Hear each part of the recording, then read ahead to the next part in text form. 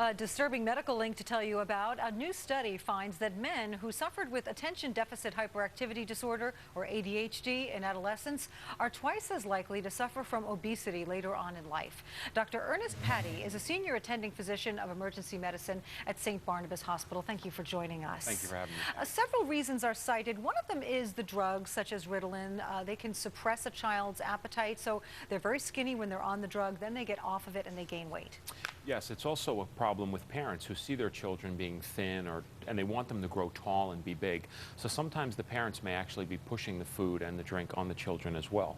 Yeah, and even kids who are not on these drugs, they can still be skinny because of the hyperactivity, but that can taper off in adulthood while the attention deficit remains behind. Definitely.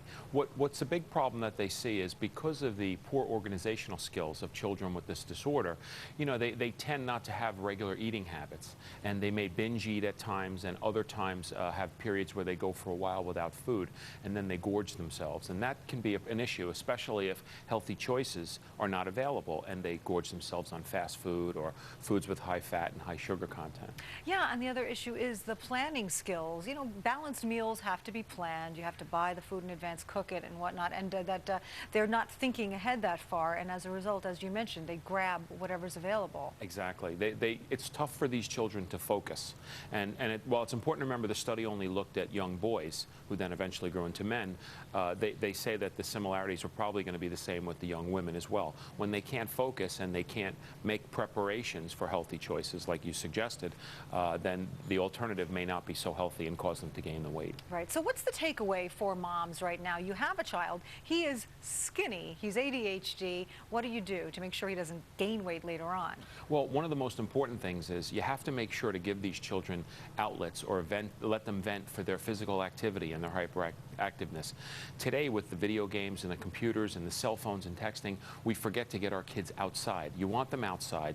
You want them to exercise and get some healthy sports and exercise in. That will help them hopefully stimulate a proper appetite. And then the second component to that is organizing their meals, trying to get them into a routine where they have 3 square meals a day with healthy snacks in between. That'll prevent them from looking for the fast food and the unhealthy choices. Yeah, and that's one of the things that moms need to remember is, you know, sometimes it's better to have your kid be a little bit on the skinny side than to say, well, the only things he likes are French fries and macaroni and cheese, so I'll just give him that 24/7. It's true. Many times having the child be part of the preparation process as well. You know, it's important for moms and dads as well. Dads need to take the time to sometimes prepare the snacks and the meals with their children as well.